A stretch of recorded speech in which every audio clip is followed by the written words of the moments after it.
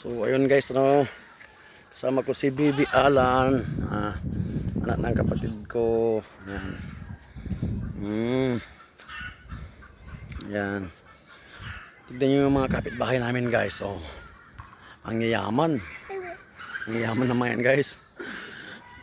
Subdivision kasi to. Ayan, mga kapitbahay ko.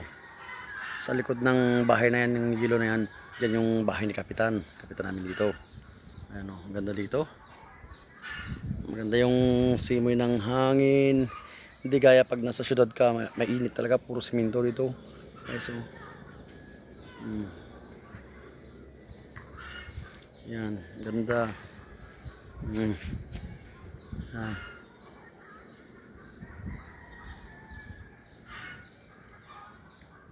Yan, no? Hmm? Hmm? Hmm? Hmm? Hmm?